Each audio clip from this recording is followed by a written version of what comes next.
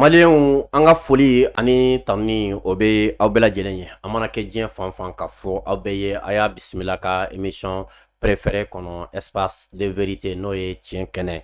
espace de vérité ka jamana kodɔnna wele minnu na faamuyalen don minnu ka wuli ka jɔ n'u ka cɛsiri o bɛnnen don jamana kɔnɔdenw u bɛ se ka don da kelen fɛ ka bɔ da kelen fɛ togoya min na o hukumu de kɔnɔna la bi ɲɛ awa maa fila wele maaba fila imamuw fana don ka kaɲa ni wagati tɔgɔya ye mouvement dɔ bɛ yen aw bɛɛ lajɛlen bɛ a dɔn an y'u ka foli kɛ yan a ka can kosɛbɛ a mouvement ni an b'a wele mouvement faso danbe lakanatɔn n dalila ka kuma fɔ aw ye kɛnɛ in kan n y'u ka alimamiba fila wele ka na bi kɛnɛ kɔnɔ an bɛ se ka an da don jamana actualité baw la togoya min na pour que aw bɛ se ka faamuyali sɔrɔ a la nka sani ka alimami ninnu présenter aw la ka se ka don an ka thème kɔnɔ an bɛ foli lase an lamɛnbaga ani an filɛlibaga bɛɛ lajɛlen ma Mali kɔnɔ ani Mali kɔkan ka an dɛmɛbaga bɛɛ lajɛlen fo an ka sponsor officiel an bɛ u bɛɛ lajɛlen fo Bama Dramera n'ale ye produit Gadan PDG ba ye an bɛ Bama Dramera an bɛ ale fo k'a fɔ aw bɛɛ ye minɛn minɛni a y'a san awa azan fɛn 711 ka boutique kɔnɔna la a y'a bila aw kunna k'a fɔ ko aw bɛ ka an dɛmɛ an ka baara la ka sabu kɛ 2 ans maintenant Bama Dramera n'ale ye produit Gadan PDG ba ye a bɛ ka an dɛmɛ baara in a bɛ se ka to senna cogo min na ni an bɔra Bama Dramera la an bɛ foli lase agent de voyage Al Umra mɔgɔw ma hiji ni umra kɛko ɲuman ala ta kɔfɛ aw b'a aw jigi da agent de voyage Al Umra kan ani boisson énergétique Iber ninnu bɛɛ lajɛlen ye an dɛmɛbagaw ye fo ka taa se Musar Douceur maaw ma an ka foli bɛ u bɛɛ lajɛlen ye nin kɛnɛ in kɔnɔna la bi an b'a fɔ aw ye émission in a y'a aimé a ka commenter a ka partager ni ala sɔnna imamuw bɛ na kumakan min fɔ bi jamana marabaga jamana bɛ tagabolo min kan bi u bɛ na u da don olu la an k'an ka conseil la mɛ sɔɔni dɔrɔn an bɛ segin ka na a y'a bisimila ka émission préférée kan espace de vérité o tuma an ka se an yɛrɛ la an tun bɛ farajiw ka mara kɔnɔ i balokun ye mun ye i nakun ye mun ye école karamɔgɔ o ye mɔgɔ min a kan ka bonya jamana kɔnɔ dalen bɛ ko kelen min na o ye ala ye kelen ye siga t'a la n dalen b'o la ala ye maa min ci ka kɛ hinɛ ye ka ɲɛsin danfɛn bɛɛ lajɛlen ma n'o ye ala kira ye sallallahu alayhi wa sallam fɛn o fɛn diɲɛna n'a gɛlɛyara ni sigi ka kuma sɛbɛ nana an dalen b'a la k'o bi nɔgɔya an ka bɛn de ye duniya dibaraso ye solution fila t'a la dɛ soit an bɛ jɛ an bɛ sɔn ɲɔgɔn an tɛ ɲɔgɔn kɔ jamana bɛ taa ɲɛ soit an bɛ kɛlɛ kɛ an bɛ fɔrɔfɔ ɲɔgɔn kɔ jamana ko a bɛ ɲagami ala k'an kisi k'an tanga o ma an tɛ se ka se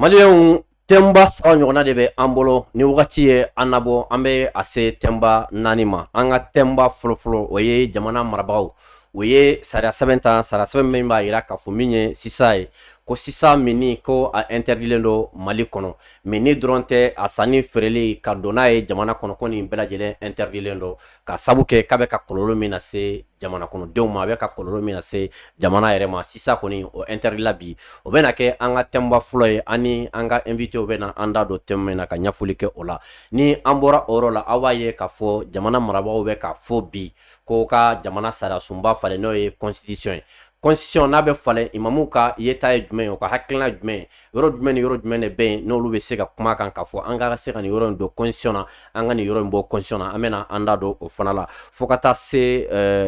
le départ définitif de force Barkhane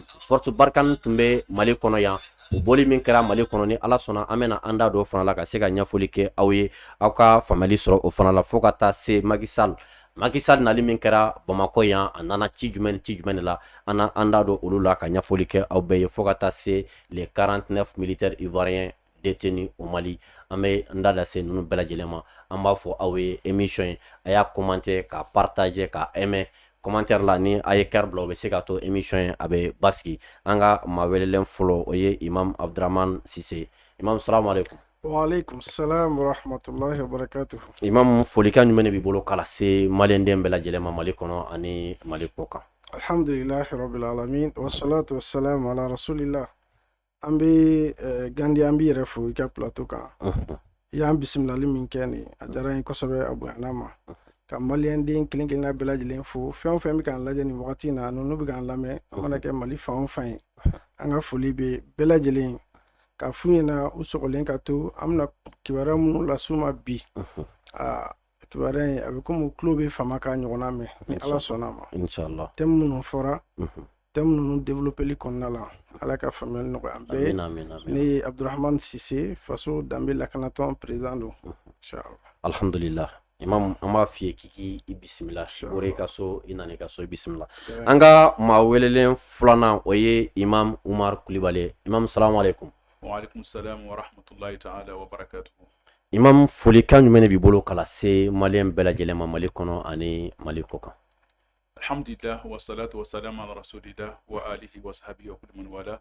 wa ba'd nuhayyi al-jami' bis-salamu alaykum wa rahmatullahi ta'ala wa barakatuh.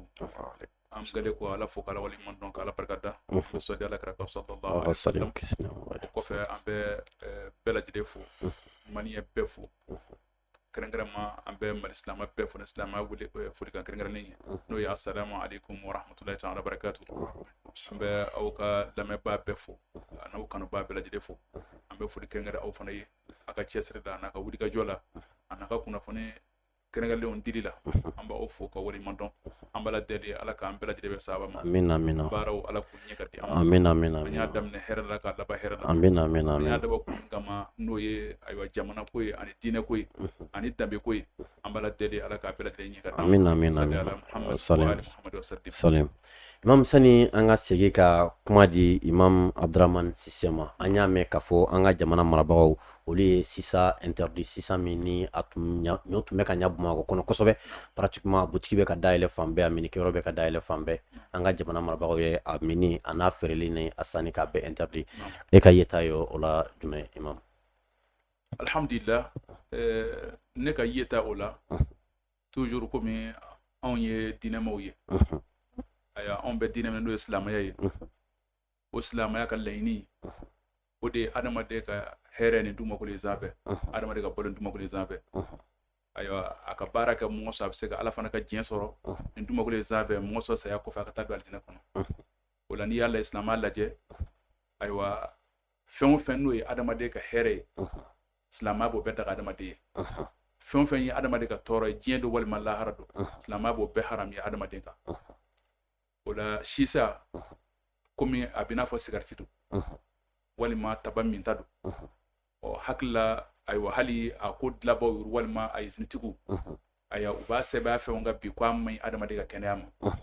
walima daji don adamaden ka kɛnɛya ma ɔ i b'a dɔn k'a fɔ fɛn o fɛn b'o cogo la silamɛya b'o bɛɛ haramu ka d'a kan silamɛya ye dumunima fɛn fɛn haramuya wali ka min fɛn fɛn haramuya silamɛya ma haramuya ko a bɛ duma tigɛ maaw la ala min ye an da ni k'a monter ale de bɛ an ka matériel an monter ni produit ni matériel min ale b'o dɔn an bɛ se min kɔrɔ an se min ale b'o de dɔn o tuma na fɛn o fɛn bɛ an tɔɔrɔ an farikolo la ale y'o haramuya an kan minnu n'a y'a sɔrɔ o ti an tɔɔrɔ a y'o daga an ye o de kama hali silamɛya hali minnu dagalen don an ye n'i y'a dun ka tɛmɛ ka se tɔɔrɔ yɔrɔ ma a bɛ haramuya i kan zamɛ yɛrɛ n'i y'a dun ka tɛmɛ hakɛ kan a bɛ haramuya i kan i falen kɔ tɔ min b'i tɔɔrɔ o ye haramuya o tuma na dunimafɛn o dumunifɛn n'a sabatira ka siga bɔ a la ko a bɛ adamaden de tɔɔrɔ a ka kɛnɛya la silamɛya y'o haramuya o tuma na sisa siga t'a la sisi de don maa o maa mana gabugu ye sisi bɛ min ka gabugu la i b'a dɔn k'a ko n'i y'a kunu sisi fana adamaden sisi fana kunu a b'o de k'i kɔnɔna na ɔ k'a sɔrɔ a sabatira an ye maaw ye kɛrɛnkɛrɛn ma an somɔgɔw b'a la an jɛɲɔgɔnw b'a la an balimaw b'a la sigati ye minnu dekun ayiwa an yɛrɛ wuli ka jɔ dɔw kɛ u ka furakɛli la a dɔw ma bɔ a la a dɔw banabaatɔ dalen don u nimisalen don bi o tuma na o bɛɛ b'a jira k'a fɔ ko sisa fɛn do fɛn min n'a man ɲi adamaden ma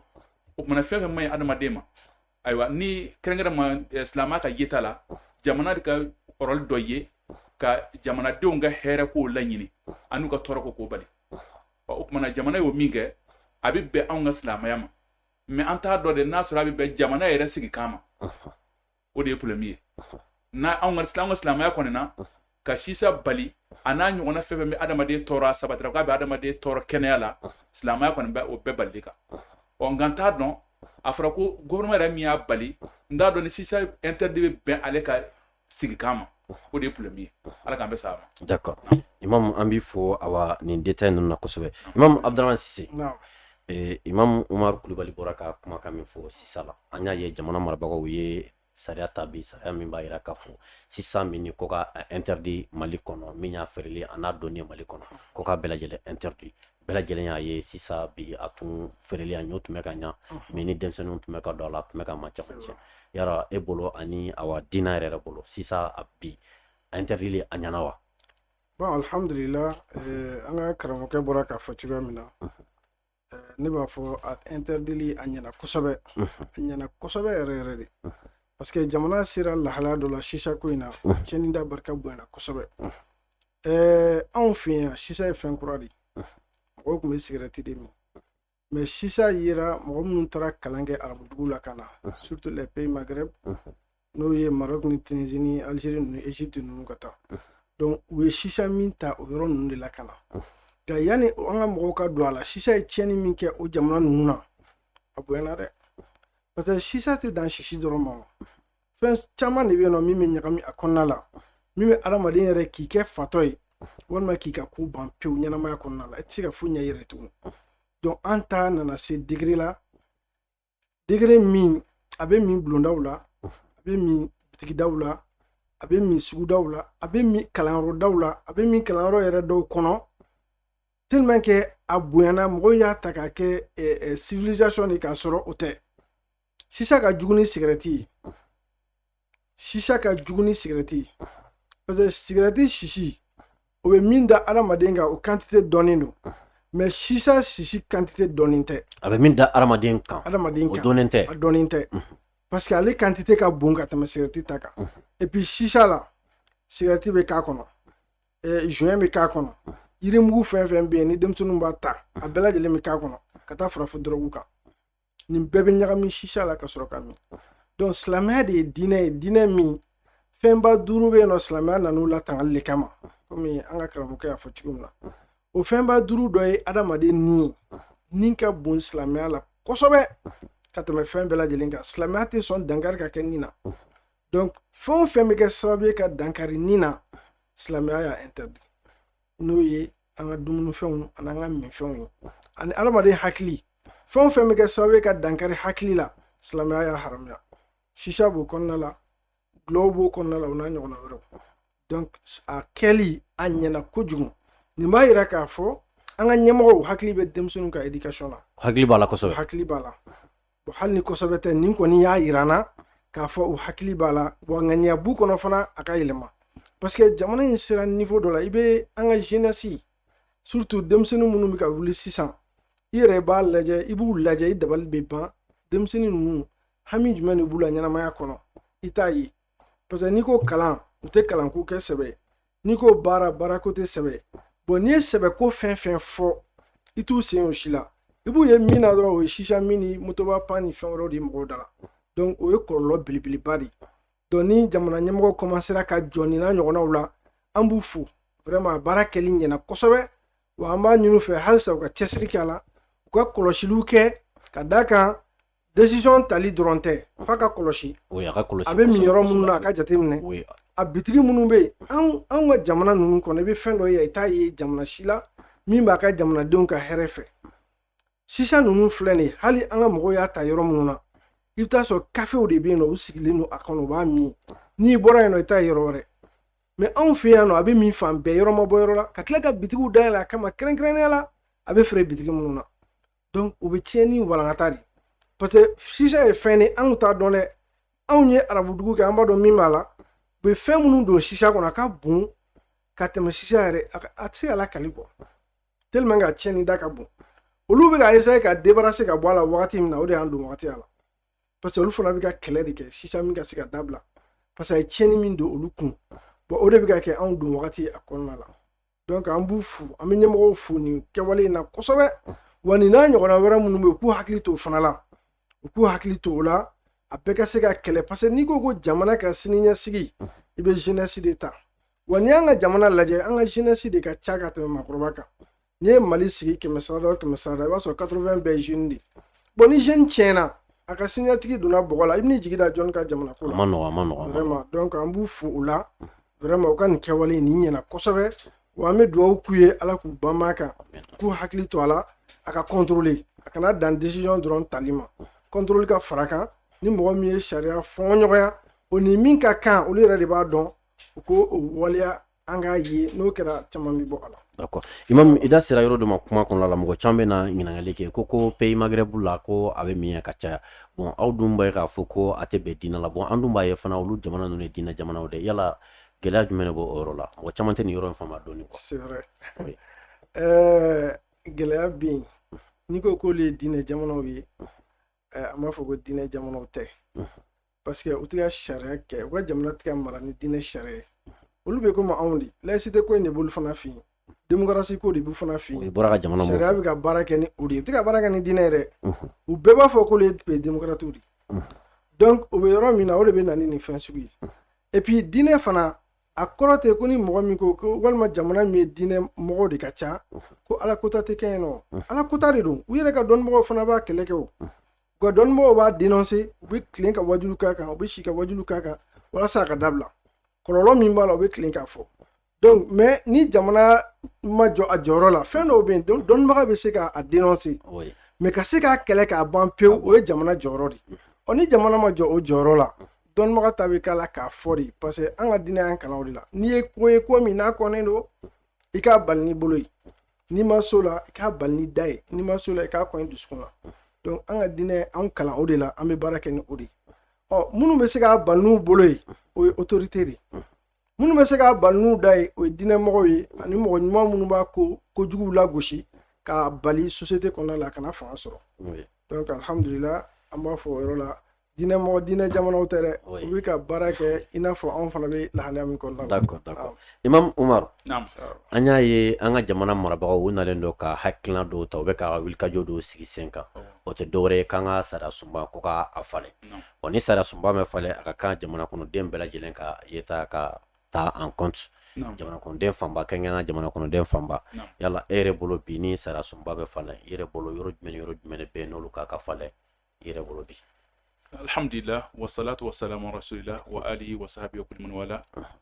an bɛ lamɛnbaa bɛɛ lajɛlen fo tuguni an bɛ ala deli ala k'an bɛɛ saba ma amina ayiwa min ye jamana sigikan falenni ye parce que n'i ko constitution a bɛ n'a fɔ jamana sigikan don a ka ca na ale jamana yɛrɛ bɛ sigikan minnu kan ani sariya minnu bɛna ta jamana kɔnɔ loi minnu bɛ ta juge ni avocat bɛna baara kɛ ni sariyaden fɛn o fɛn ye a bɛɛ kan ka kɔsegin ka taa constitution ma ni a fɛn fɛn ni constitution ye ɲɔgɔn cɛ o tɛ jate sariya ye o tɛ jate loi ye o kama constitution jɔyɔrɔ ka bon kosɛbɛ ayiwa jamana ka ɲɛtaa la ani jamanadenw ka ɲɔgɔn faamuya ani jamana ka ɲɛni na o kama constitution yɛlɛma ko kuma min bɛ yen sisan ayiwa ni a faamuyara jamanadenw fɛ tulonka ko tɛ quoi parce que bamananw ko sɔnni mɔgɔ min ka jigin i benyɔrɔ la k'i ta yɔrɔ min na k'i ka jigin yen na an ka jamana ninnu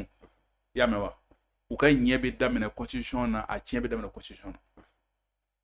kuma caman an b'a ye k'a fɔ an ka marabaaw bɛ gɛlɛyaba dɔ kɔnɔ a dɔ la yɛrɛ tɛ a sabu dɔ u b'a sabu kɛ min ye o t'a sabu ye a sabu yɛrɛ ye jumɛn ye o ye jamana bɛ ka mara ni ayiwa caractère min ye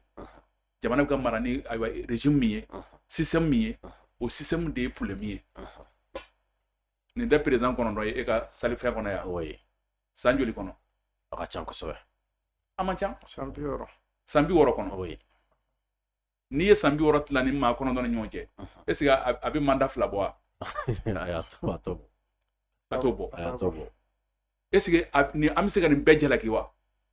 k'a sɔrɔ maa si tɛ nin na min wulila wulicogo ɲuman na o maa kelen tɛ nin maa kɔnɔntɔn na fo n'a kɛra Alpha ye Alpha min ni b'a ko ye mandat 2 kɛ n'i ye Alpha tɔgɔ fɔ maliyɛn maa 100 ɲɛna maa 99 b'a danga an bɛ dugu kɔnɔ i tɛ foyi mɛn ko Alpha de ye Mali coro o tɛ fɔ wa o bɛ fɔ u ye fɛn bɛɛ fɔ a yɛrɛ ma kuma u b'a se ka kuma parce que k'a ye min kɛ a b'o dɔn o tɛ fɔ wa maa kɔnɔ ni maa kɔnɔ maa si tɛ a la ko min wulicogo ɲɛna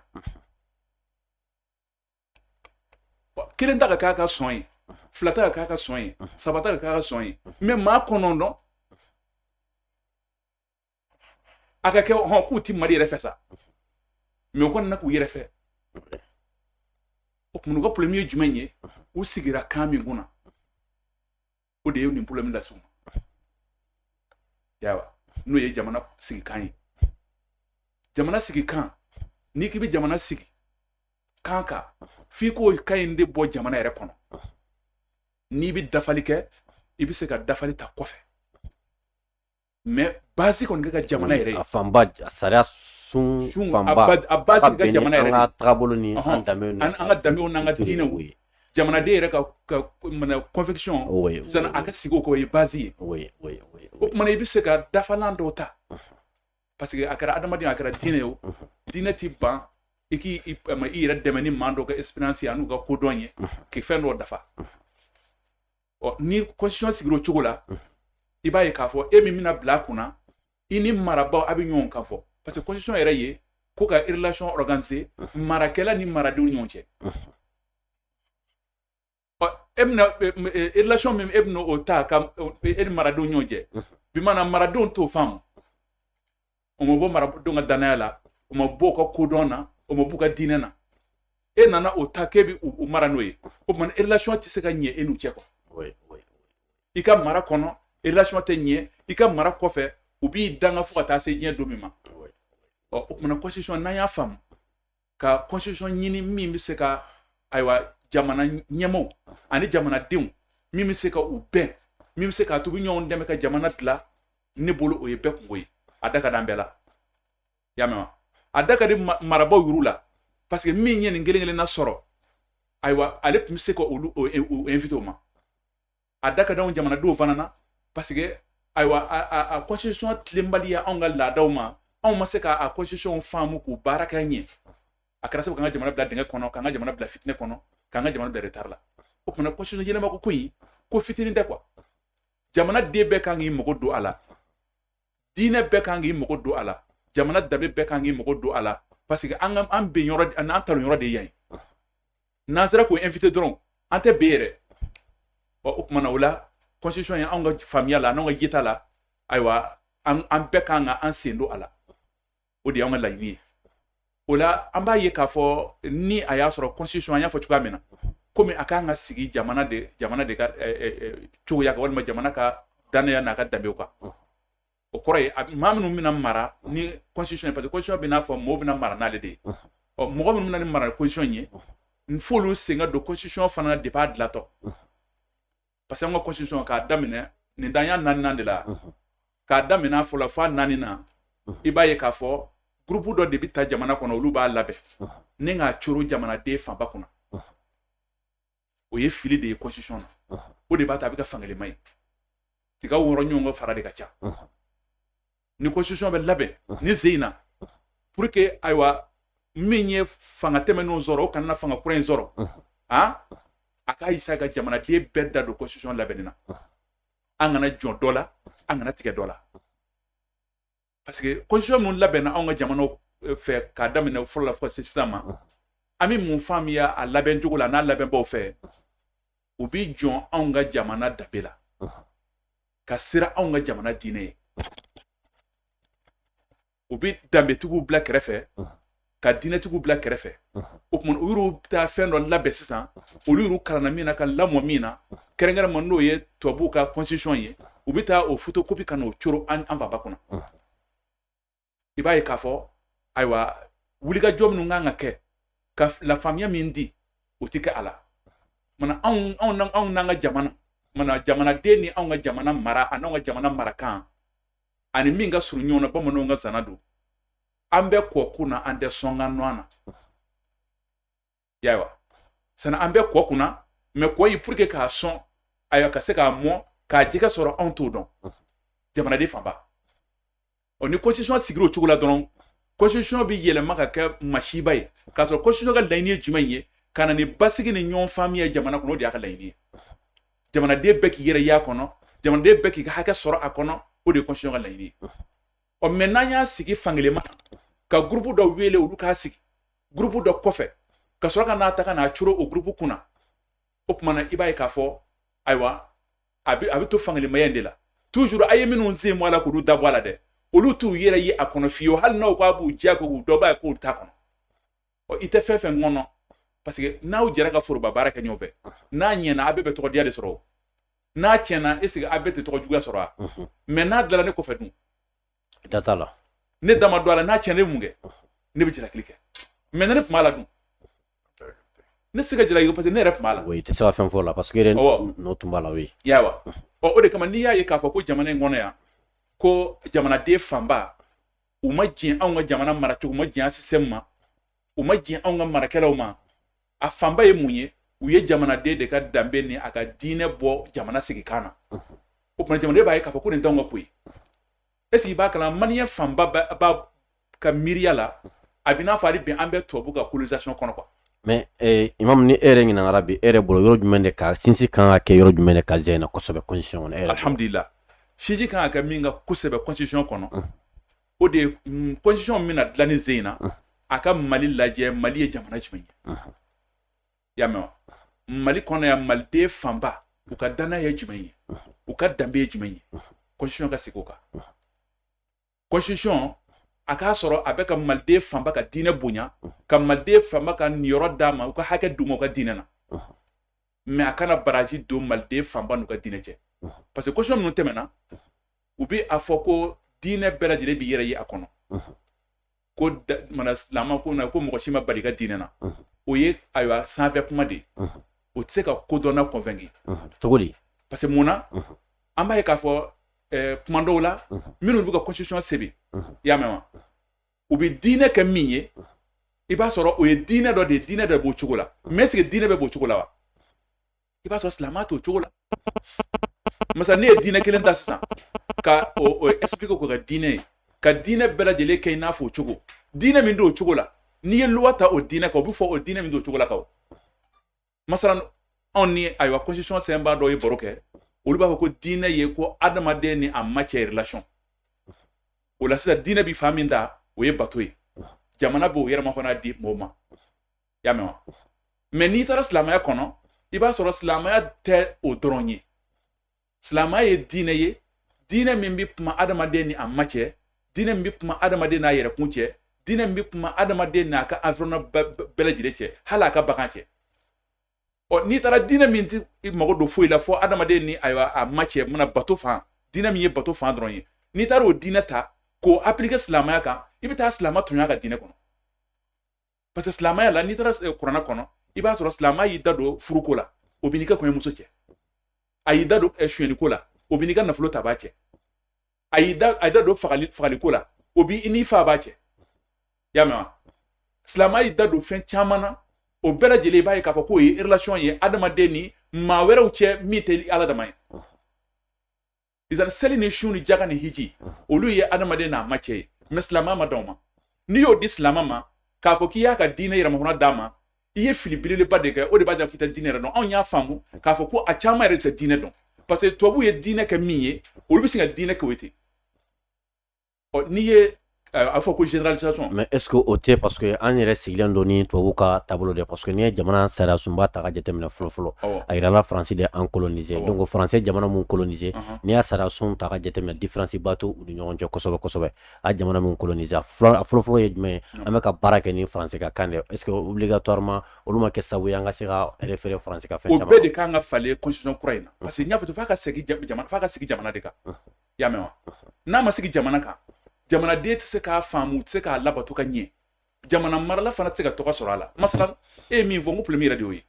mun na a bɛ sɛbɛn ka constitution kɔnɔ ko Mali ye laïcité ye o ma kɛ ka Mali lajɛ o kɛra ka faransi constitution de lajɛ o mun na a bɛ sɛbɛn ka constitution kɔnɔ ko Mali ka langue officielle ye tubabukan ye Mali bɛɛ tubabu kabila kelen bɛ yan han i b'a kalama Mali bɛɛ tubabu kabila kelen bɛ Mali kɔnɔ a tɛ Mali siya la Mali siya si tɛ yen ko Mali bɛ k'o reconnu ko o ye siya français o tɛ yen mais pourquoi Mali kan bɛ kɛ français ye o de b'a jɛ ka constitution minnu sɛbɛnna olu ti Mali concerné o olu ti Mali yɛrɛ tɔgɔ fɔ relation foyi t'u ni Mali cɛ bi maana mara constitution de don bi maana k'a jira k'a fɔ ko aw coloniselen don aw t'a yɛrɛ bolo constitution ninnu bɛɛ sigir'o kan d'accord o kuma ni adamaden ni ma yɛrɛma hɔrɔnya sɔrɔ ni ka yɛrɛma hɔrɔnya ma d'i ma i tɛ se ka baara kɛ ka ɲɛ jɔn tɛ se ka diɲɛ bɛ n'a fɔ maa min bolo siri k'a sesiri ni bɛ mɔgɔ bolo siri k'a sesiri k'a ka baara kɛ a tɛ se ka baara kɛ o de kama ka jamana ninnu taara ka bɔ nɔgɔ la parce que senw siri don ka bolo siri ka tila k'a ɲini an fɛ ko maa min sen siri maa min bolo siri k'an k'o baara kɛ jamana tɛ se ka taa o de kama jamana an bɛ se ka san 60 wɛrɛ kɛ nin na an di bɔ an nɔ na n'an ma jigin dɔn an di bɔ dingɛ kɔnɔ parce que ka da ka mara min talen don k'o sigi an kunna bamananw ɲuman don jɔn min t'a mɛn ka na sigi an ka bugu kunna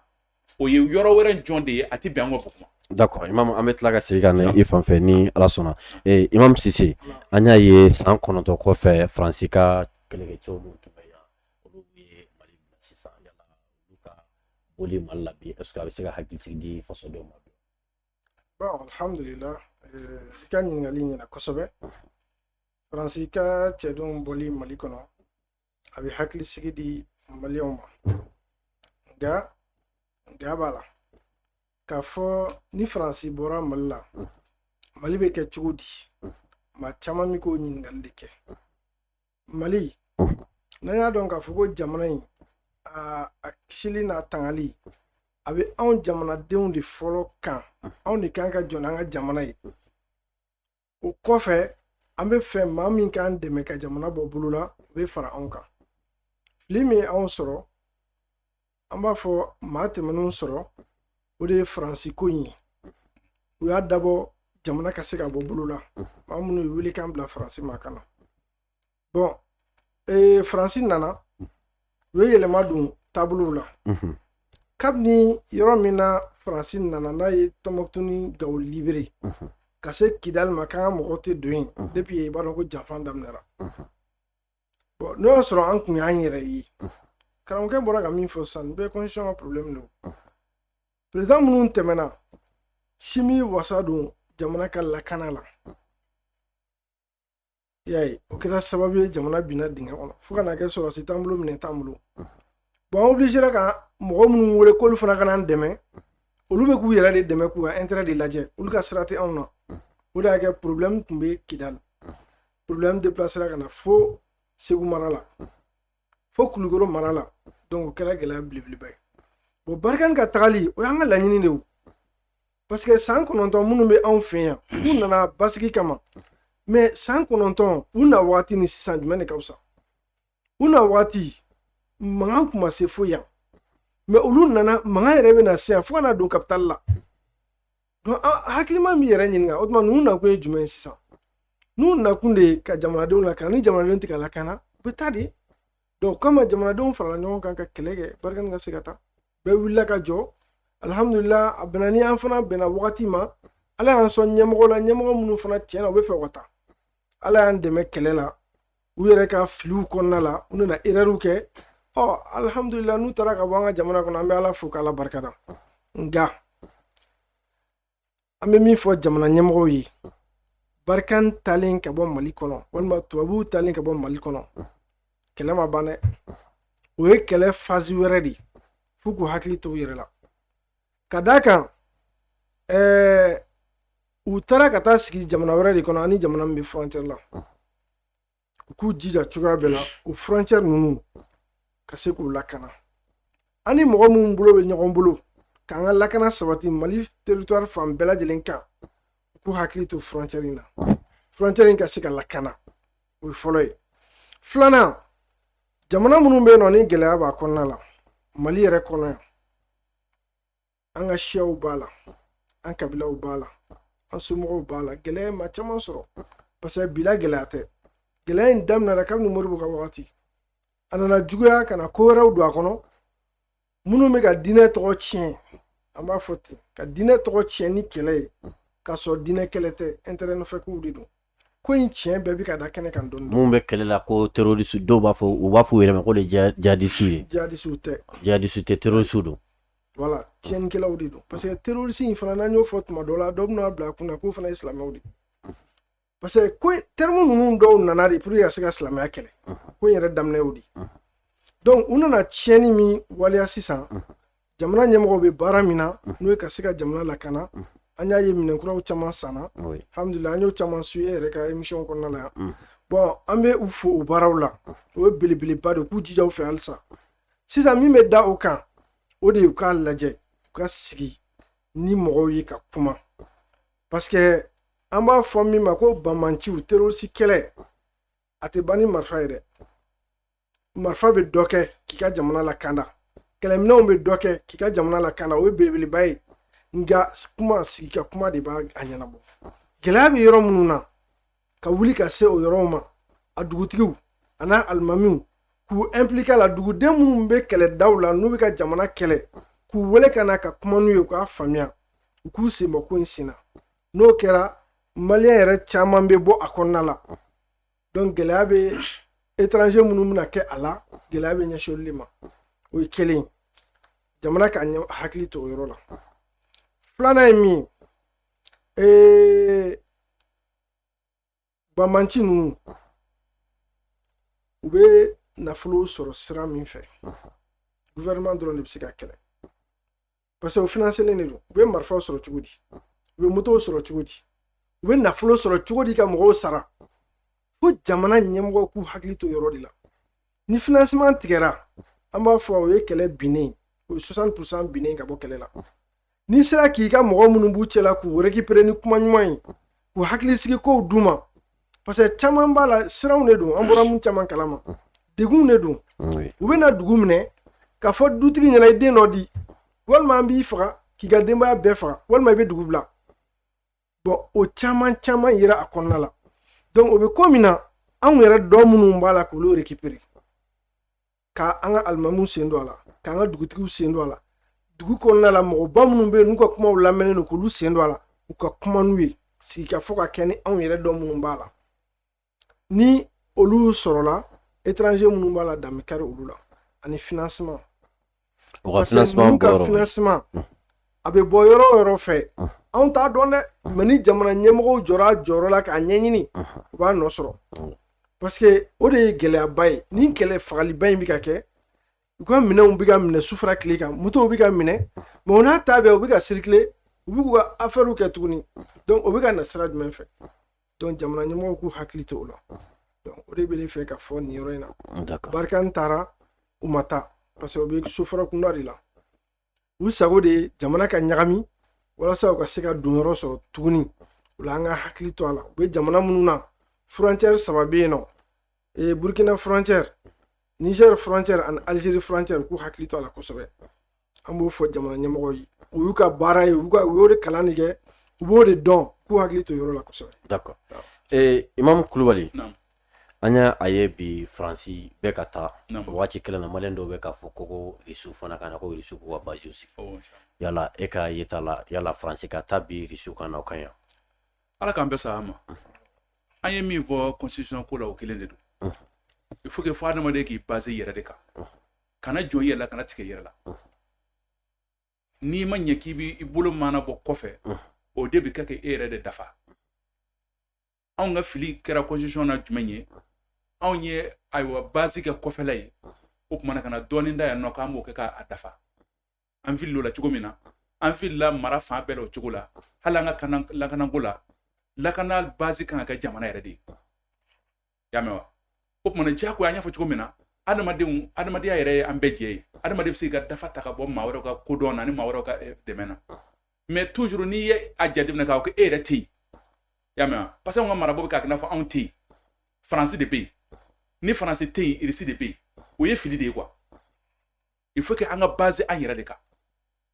Mali ye jamanaba de ye Mali ye empereur baw sigi Mali ye ayiwa état baw sigi Mali tɔgɔ bɔra diɲɛ kɔnɔ k'a don histoire la o y'a sɔrɔ u tɛ Irisi dɔn o y'a sɔrɔ u tɛ Faransi dɔn u y'o kɛ ni mun ye a dɔ la anw bɛ se k'a fɔ bi ko anw kalan bɛ ka sɔrɔ waati mɔgɔw kan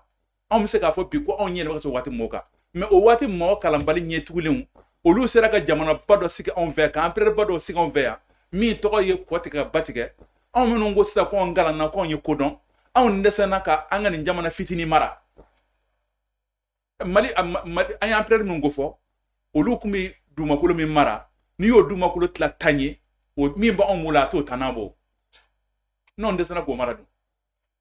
yɛrɛ de ye jumɛn ye y'a mɛn wa tigɛ n yɛrɛ la yen o de ye problème ye an tigɛra an ka diinɛ na walima dɔw yɛrɛ sera an ka diinɛ ye an tigɛ an ka danbew na an tɛ sɔn ka sɛgɛn an yɛrɛ ma foyi la k'a sɔrɔ ko dɔnnaw fɛ yen adamaden f'i ka i sigi ka kosi fɛn fila kan a fɔlɔ ye jumɛn ye i b'a ko ala sɔn la bi maana i yɛrɛ laseli i y'a mɛn wa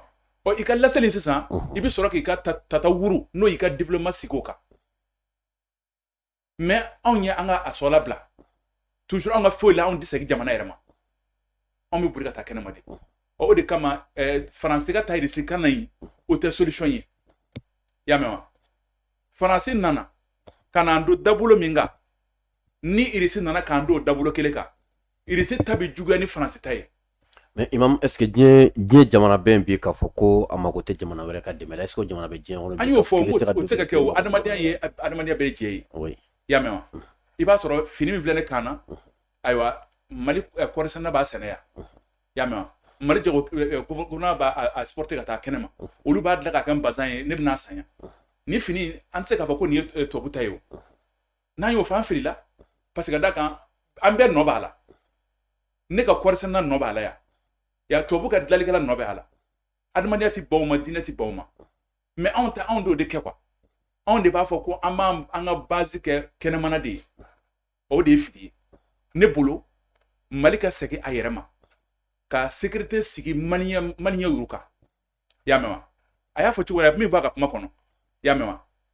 anw ka jamana sigi kan o de kɛra sababu ye nin ko in daminɛ na k'anw ka jamanaden caman ta a bolo kan parce que anw ka jamanaden caman t'a yɛrɛ ye anw ka jamana mara in kɔnɔ o de y'u fara kɛnɛma tiɲɛnikɛla ninnu kan ni jamana sera ka constitution sigi jamanaden bɛɛ b'a ye constitution min kɔnɔ k'a fɔ ko tiɲɛ yɛrɛ la ne sen bɛ jamana ko la jamana ɲɛ ne ka kungo don a tiɲɛ ne ka kungo don maa wɛrɛ ka ko n'a de wajiba ne kunna ne yɛrɛ de ye n yɛrɛ ye i y'a mɛn wa o bɛ ka paba ye ka se ka jamanaden bɛɛ sen don jamana kanadi la i y'a ye wa toujours n bɛna kisa dɔ bɔ yan nɔ bagdadi uruwaba dɔ walima empereur ba dɔ u b'a ko khalifa ko don dɔ la a y'i to a ka étage sanfɛ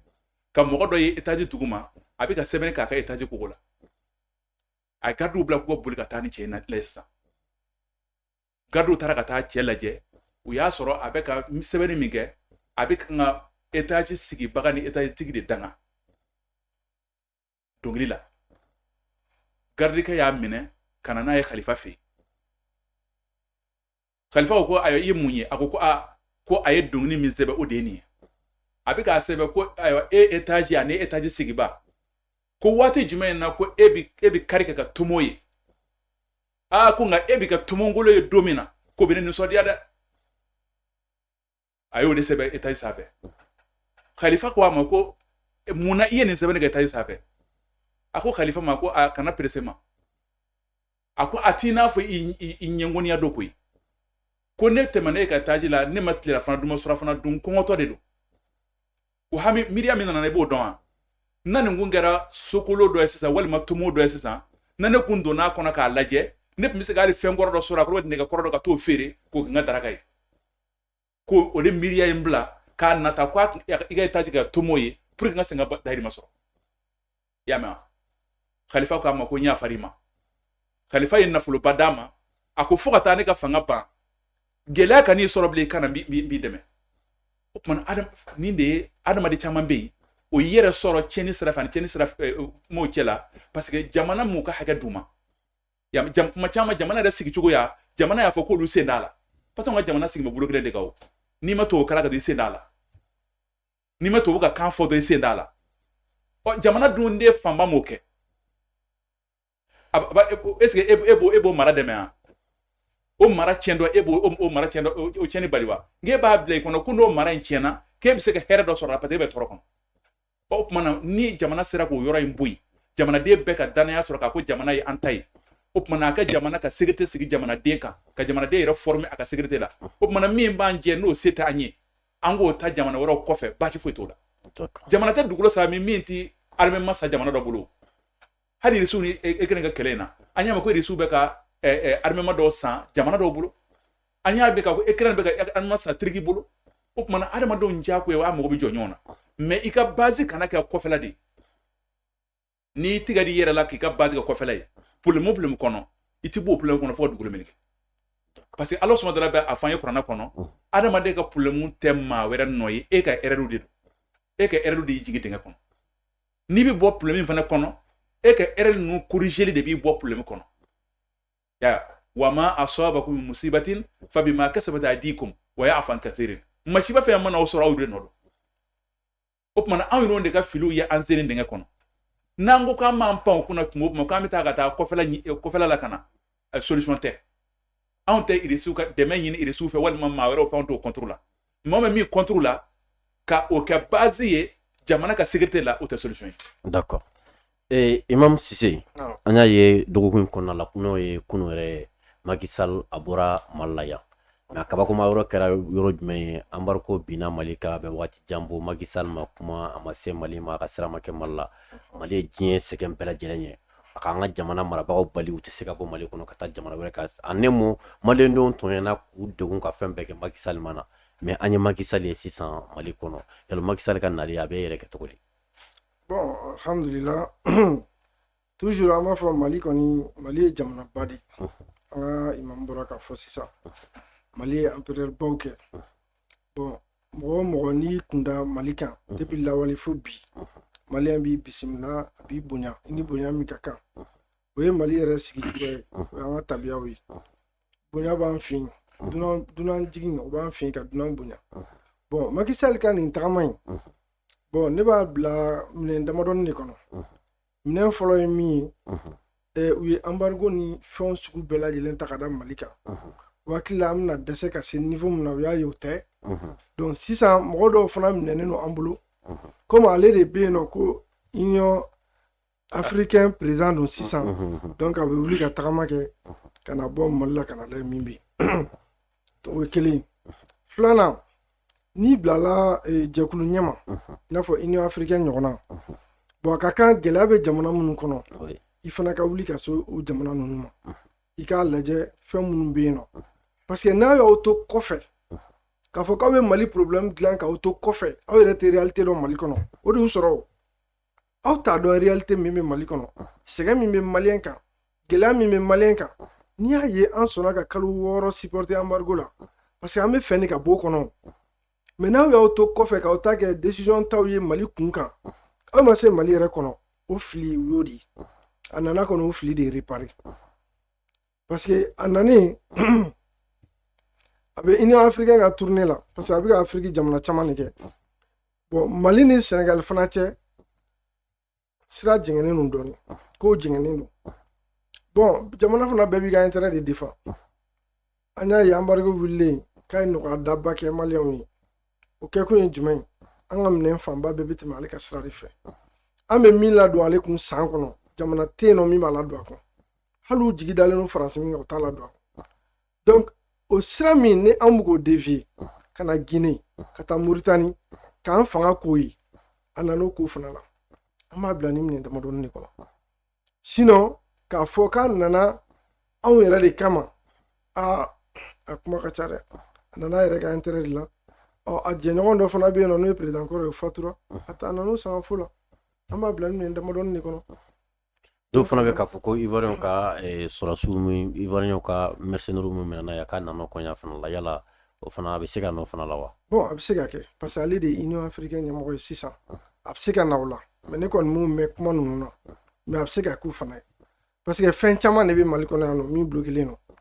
a bɛ se ka kɛ baaraɲɔgɔnya min bɛ mali ni sénégal cɛ o b'a la union africaine ɲɛmɔgɔya min bɛ yen nɔ a bɛ yaala jamanaw kɔnɔ k'a lajɛ gɛlɛya minnu bɛ yen nɔ pour que an ka se ka bɔ ni gɛlɛya ninnu kɔnɔ a bɛ se ka k'o ye sɔrɔsi 49 min minɛnen don yan a bɛ se ka kɛ a nana o ko fana la mais bon a bɛ se ka kɛ a nana sangafo fana la n y'o fana fɔ bon ni ala sɔnna ma n'a nana n'a ye réalité min y'a ɲɛ la parce que o hakili la maliyɛn bɛna kɛ cogoya min na maliyɛn ma kɛ ten donc a kɛlen don ka diɲɛmaa bɛɛ dabali ban mali y'a yira k'a fɔ anw ye peuple kelen de ye n'an décidera k'an bɛ fɛn o fɛn kɛ diɲɛ kɔnɔ an bɛ se k'a kɛ peuple ma fisa ni peuple ye peuple ka kunkilenna n'i ka jɔli o de b'a to i bɛ bila peuple tɔw ɲɛ an bɛ bi yɔrɔ min na mali kɔnɔ afiriki jamana caman de ɲɛbɔlen don mali fɛ ani maliyɛnw fɛ ka d'a kan an bɛ ka jɔ jɔyɔrɔ min na mais jɔyɔrɔ min don an bɛ min fɔ ɲɛmɔgɔw fana ka k'u jateminɛ kosɛbɛ parce que an bɛ ka bɔ gɛlɛya dɔ de kɔnɔ gɛlɛya in don i bɔtɔ a kɔnɔ gɛlɛya wɛrɛ de b'o fana kɔnɔna la parce que an bɛ ko daminɛ de la halisa u k'u hakili to u yɛrɛ la k'u hakili to jamana la ani jamana kɔnɔdenw na jamana kɔnɔden min sɔnna ka kalo wɔɔrɔ kɛ gɛlɛya la aw kama pour que jamana ka basigi n'o kɛra olu de b'a tɔgɔ duman sɔrɔ donc k'u hakili to jamana kɔnɔdenw na kɛrɛnkɛrɛnnenya la sisan wagati ko gɛlɛya minnu bɛ yen nɔ essence ko ni baloko ni fɛnw na k'u hakili to a la donc Macky Sall ka visite an bɛ se ka bila cadre min kɔnɔ o ye nin cadre damadɔni ye. D'accord.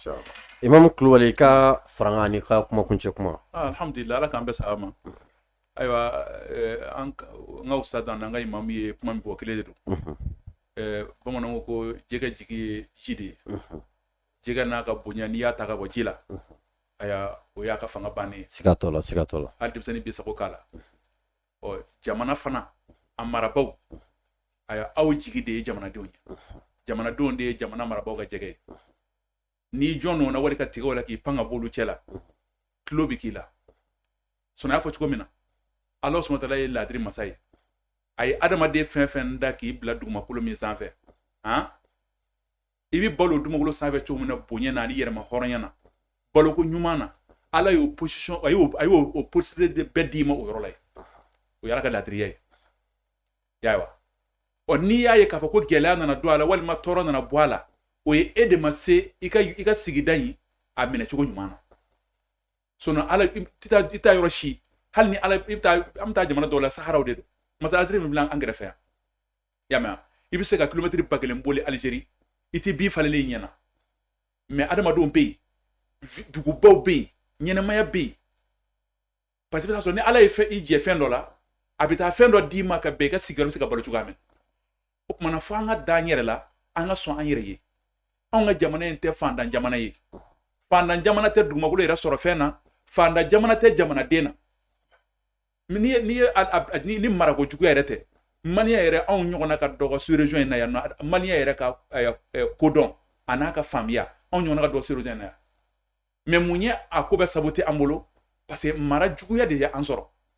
Y'a wa marako de ma ɲɛ marako ɲɛbala tɛ dɔwɛrɛ ye mara ma sɔn ka i kɔsɛkɛ anw ma toujours mara taara kɛnɛ boli ka taa kɛnɛ ma ko ta kana cɔrɔ an kunna. O kumana maaw kɛra Kɔnatɛ waratew ye. O kumana pour que ka se ka gɛlɛya bɛɛ kunbɛn ni jamana sera ka sigi kan sigi min bɛ jamanaden bɛɛ kan fɔ jamanaden bɛɛ ka wuli n'a fɔ an wulila cogo min na parce que ko n'i yɛrɛ b'a ye k'i ta don k'i ka ko don i bɛ tɔɔrɔ muɲa nɔfɛ i bɛ sɛgɛn muɲa nɔfɛ mais n'i y'a ye k'a ko min tɛ masara i la e sen t'a la e b'a fɛ o ka tiɲɛ yɛrɛ o. Oui. Y'a wa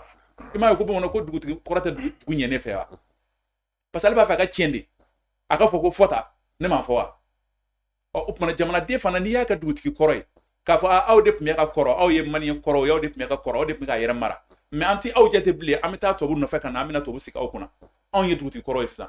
wa an tɛ ka dugu ɲɛ ne fɛ koyi mais mun y'an bila a la e min ye an bɔ an ka dugutigiya la parce que anw bɛ ka kojuguba de kɛ ɲɔgɔn na an ka jamana kɔnɔ yan maa si tɛ jɛn n'a ye dutigi si tɛ jɛn n'a ye e ta y'i ka du ye e y'i ka du jɔ e b'i ka du kɔnɔ du wɛrɛ t'e bolo du kɔ maa dɔ ka na e ma i ka du kɔnɔ k'a fɔ ko ayiwa ko i ka du ale bɛna sariya bɛɛ sigi ko e k'i dabɔ a la ko e ka sɔn o ma k'e ka jɛn n'o ye k'e ka o tigilama labɔta a t'i ɲɛ quoi e b'a fɛ kuma bɛɛ a nana e sen bɔ i ka du mara la ka min sigi du kunna du ka tiɲɛ ni o ye e k'a fɔ ko fɔta i ma ne sen bɔ a la wa o kumana an ka marabaaw k'u jateminɛ kosɛbɛ Malien bɛɛ bɛ Mali fɛ Malien bɛɛ b'a fɛ Mali ka ɲɛ y'a mɛn wa n'i ye min donnen a contre la dɔrɔn a donna contre la parce que ka d'a kan i b'a sɔrɔ ale tɔɲɔnna de i b'a sɔrɔ tɔɲɔn dɔ de b'a kan o tɔɲɔn in dimi bɔcogo a bɛɛ tɛ se a dimi bɔcogo la dɔw ka dimi bɔcogo a bɛ taa k'i n'a fɔ u b'a fɔ ko jamana yɛrɛ contre la k'a sɔrɔ non tɔɲɔn dɔ de b'a kan o de y'a bila a la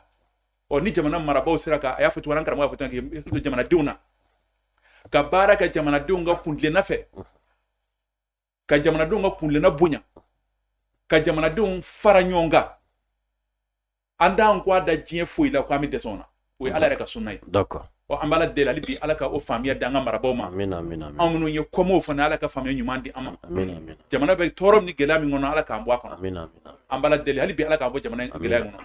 Nɔgɔya min bɛ Ala ni nɔgɔya ye. Sali ala Muhammad wa ali Muhammad wa sallim. Imam Cissé ka kuma kuncɛ kuma. Alhamdulillah kuma kuncɛ kuma la ne bɛna point 2 n'o de souligner an ka kuma ninnu bɛɛ kɔnɔna la. Point fɔlɔ ye min ye n'o ye constitution ko ye an b'a ɲini ɲɛmɔgɔw fɛ constitution u ye kalo 2 de di a mɔgɔw ma délai la kalo 2 o tɛ se ka jamana constitution dilan k'u hakili to o yɔrɔ la parce que constitution ye jamana yɛrɛ bɛna sigi kan min kan u k'u hakili to la o ye kelen filanan u ka segin ka taa an yɛrɛ ka danbew ma an'an ka diinɛw ma kurukanfuga kun bɛ yan o constitution ko ONU y'a reconi u bɛ ka baara kɛ n'a ye ma caman y'o ta o bɛ ONU ka charitiw kɔnɔna la munna an fana tɛ segin an ka kɔrɔlenw ma empire ba minnu kun bɛ yan nɔ u ye mara kɛ cogo di donc jamanadenw ka laada an'u ka danbe an'u ka diinɛ ka hakili to la kɔnɔna la o ye kuma fɔlɔ ye n bɛ fɛ ka min souligner ye k'o fara usaz ka kuma kan filanan ye min ye barikani tali min kɛra ka bɔ Mali la u bɛna taa sigi jamana wɛrɛ de kɔnɔ k'u ɲɛsin Mali ma bon système damadɔni bɛna k'u bolo f'an ka hakili to la banbanci minnu bɛ boli ka bɔ Mali la n'u bɛ taa yen u bɛ t'olu de labɛn tuguni k'u bila ka na Mali la ko Mali autorité k'i hakili to fana la service de renseignement ka baara k'u kan kosɛbɛ parce que u bɛna tila ka olu de labɛn sira wɛrɛw fɛ u ka don Mali la ka to ka na tiɲɛni kɛ ka taa i n'a fɔ an bɔra laban minnu kalama donc an bɛ o fɔ ɲɛmɔgɔ ye k'u hakili to yɔrɔ la donc k'a ɲini Ala fɛ faamuyali ko ɲuman Ala k'o nɔgɔya an bɛɛ ye vraiment an bɛ yɛrɛ fo an lamɛnni na ka lamɛnjɛkulu bɛɛ lajɛlen fo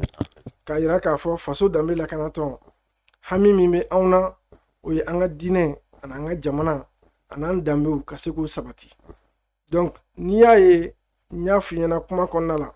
jamana ɲɛmɔgɔ an b'u fo u bɛ wulikajɔ min na parce que u bɛ wulikajɔ min na ani jamanaden fanba bɛɛ ka hakilina ye kelen ye an b'u fo an b'u dɛmɛ o kan nka n'an y'u ye ko fɛn min fana bɛ yen k'a kɛcogo ma ɲɛ a ma bɛn anw de bɛ duguma anw de bɛ population kan an de b'a dɔn min bɛ ka fɔ donc an b'u bilasira o fana kan o bilasirali dɔ ye min ye o ye constitution ko in ye u k'u hakili to diinɛmɔgɔw la u k'u hakili to an ka danbew la ani an ka laadaw la nka an ye constitution min mɔgɔw composelen diinɛmɔgɔ ma t'a la dɛ an y'o fɔ wa an b'a fɔ tuguni k'u hakili to o yɔrɔ la parce que ni ka taa mɔgɔ consulter ani mɔgɔ min b'a kɔnɔ k'a baara kɛ o tɛ kelen ye dɛ voilà n'i b'a kɔnɔ fɛn min bɛ bɛn i ka diinɛ ma min tɛ bɛn diinɛ ma diinɛmɔgɔ de bɛ se k'o fɔ mɔgɔ min ye diinɛ kalan kɛ a bɛ Ala ka sariyaw dɔn o de bɛ se k'o fɔ k'o perepere latigɛ ka d'a kan constitution ko n'i y'a ye an kumana la ka caya an siranna dɛ parce que silamɛya jugu adamadenya jugu olu fana bɛ sigi n'u ka projets de ye ka to k'u ka pièges fili constitution kɔnɔna la parce que constitution ye fɛn ye a tɛ dilan san o san san duuru o san duuru tɛ a bɛ se ka san 20 san 50 san 100 kɛ ni problème mana a la a tɛ falen donc o dilantɔ o ka dilan ni hakilisigi a kana dilan ni girin-girin kalo 2 tɛ jamana constitution ban o yɔrɔ u k'u hakili to la an bɛ ka siran nin yɔrɔ in de kama parce que diɲɛ bɛ kɛlɛ min na sisan gɔrdinɛniw de bɛ yen olu bɛ ka wuli k'u ka droit de réclamer jɛkulu caman de bɛ yen minnu ye jogojuguya jɛkulu ye n'a ni diinɛ tɛ bɛn nafolo b'u k'u sigilen don u bɛ constitution de bɛlɛn k'u ka pièges bila a kɔnɔna la walasa gɛlɛya bɛ tila ka na wuli jamana kɔnɔ kɔfɛ olu ka laɲini bɛ sabati ni wulila k'i b'a kɛlɛ kɛ a bɛ fɔ k'a fɔra sariya de kɔnɔ bon an sirannen do o de ɲɛ an tɛ fɛ o de ka kɛ o de la an ko diinɛmɔgɔ dɔ kun kan ka sɔrɔ a kɔnɔ consulteli in tɛ o ka taa association rencontrer ka taa an ka structure rencontrer o tɛ dɛ dɔ ka sɔrɔ a kɔnɔ ni nin kuma sugu ninnu nana min bɛ se ka a yira k'a fɔ ko nin ni diinɛ tɛ bɛn o de y'an siran yɔrɔ ye nka an jigi b'a kan inshallah halisa n'a nana kɛ bɔfɛn an bɛna a ye yan'a ka taa référendum na ni hakilina min bɔra o fana kɔnɔna la an b'o fana fɔ k'u bilasira a kɔnɔ parce que nin fana ye dɛmɛ de an b'i dɛmɛ n'i ye ɲuman kɛ ka tɛgɛrɛ fɔ i kun n'an ye sira kan min fana bɛ se ka na ni gɛlɛya ye sini an b'i dɛmɛ k'i bɔ o fana kan o de y'an ka laɲini an b'a ɲini Ala fɛ Ala ka faamuyali nɔgɔya Ala ka laɲiniw sabati Ala ka jamana ye Ala ka basigi don a kɔnɔna la bɛɛ ni kɛlɛ Ala k'o sinsin assalamu alaikum warahmatullahi wabarakatuh Maliens an b'a fɔ aw bɛɛ lajɛlen ye aw ka bi émission espace de vérité kɔnɔna la mouvement faso danbe lakanatɔn o imam fila tun bɛ an bolo imam Umar Kulibali ani imam Abdramane Sise an tun ye sigi ka baro kɛ baro min bolila an ka jamana constitution falenni la u ka yeta n'u ka faamuyali min ye jamana constitution falenni la fo ka taa se 600 interdits min fɔra ani awa le départ de force française min tun bɛ yan Mali la bi France ka force min tun bɛ yan fo ka taa se olu ka Mali bila ma a ye min mɛn Ala ka a kɛ awa jamana kɔnɔdenw ka laɲini ye u ka baara bɛ ka kɛ ni min ye jamana marabagaw fana min fɔra o ka ko la ni o ye baara ɲuman min kɛra o félicitera min na yɔrɔ min fana bɛ yen ni o reproche bɛ ka k'u la k'a fɔ ko awa constitution falenni a ko bɛ sen na mais diinɛmɔgɔw ko olu ma impliqué a la olu ka yeta ye min ye a baara la Ala ka an bɛn sigi ɲɔgɔn na vraiment wa salam